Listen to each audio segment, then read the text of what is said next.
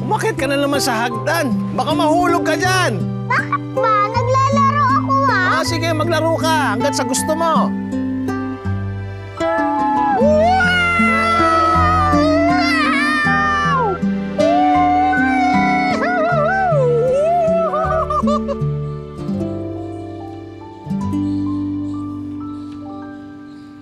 Ay, madam. True to my word, eto na yung pabuya. Sana magamit mo para makapagsimula ka ng maayos na buhay.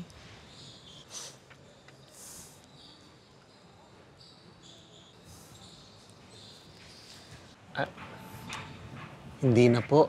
Hindi ko lang po kailangan ng pera para maging masaya ang buhay eh.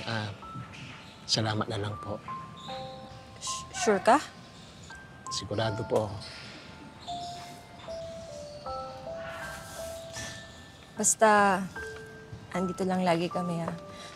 Pwede mo kaming lapitan anytime.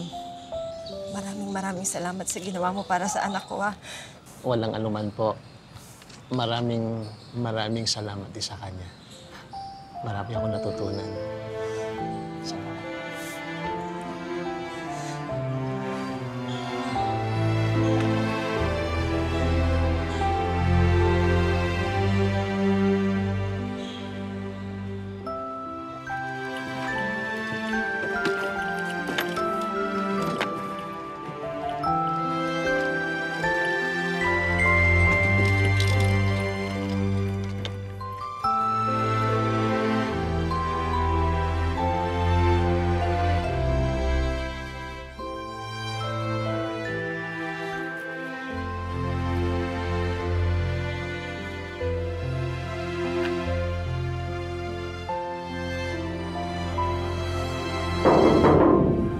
Tao po. Ito lang? Mami, gusto ko doon. Stay ka muna. Sige, tara. Tara, anak. Tara. Hug, mami, ha? Okay, lipat mo isang head. Uy! Uy!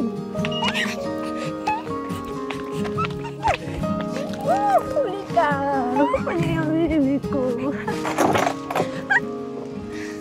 Namimiss ko na si Kuya Dirty. Kuya Dirty?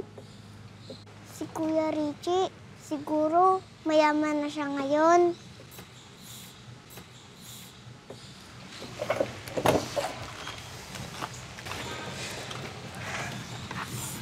Anak.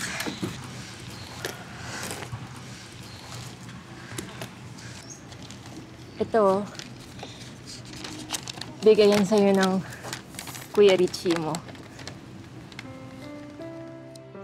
Dear Malditang Charmaine, dahil binabasa mo na ito, for sure, alam mo nang wala na ako. Gusto ko lang magpasalamat dahil sa'yo, makakasama ko na si Marie at si Junior sa langit.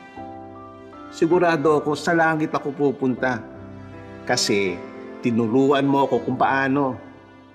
Masaya ako na hahaba pa ang buhay mo. Happy birthday sa'yo, ha? Sana makita kayo ng daddy mo. Gaya ng promise ko, ihahanap kita ng puso. Kuya Dirty. Anong nangyari, Mami? Hindi ko din alam eh. Basta, tumawag lang yung ospital. Sabi, meron na daw heart donor. At ikaw yung una sa listahan. Pinaalam sa akin na si Kuya Richie mo daw pala yung donor. Binili niya dun sa ospital kung saan siya na-confine dahil sa liver cirrhosis na sa'yo daw ibigay yung puso niya. Pinili niyo ng Kuya Richie mo para sa'yo.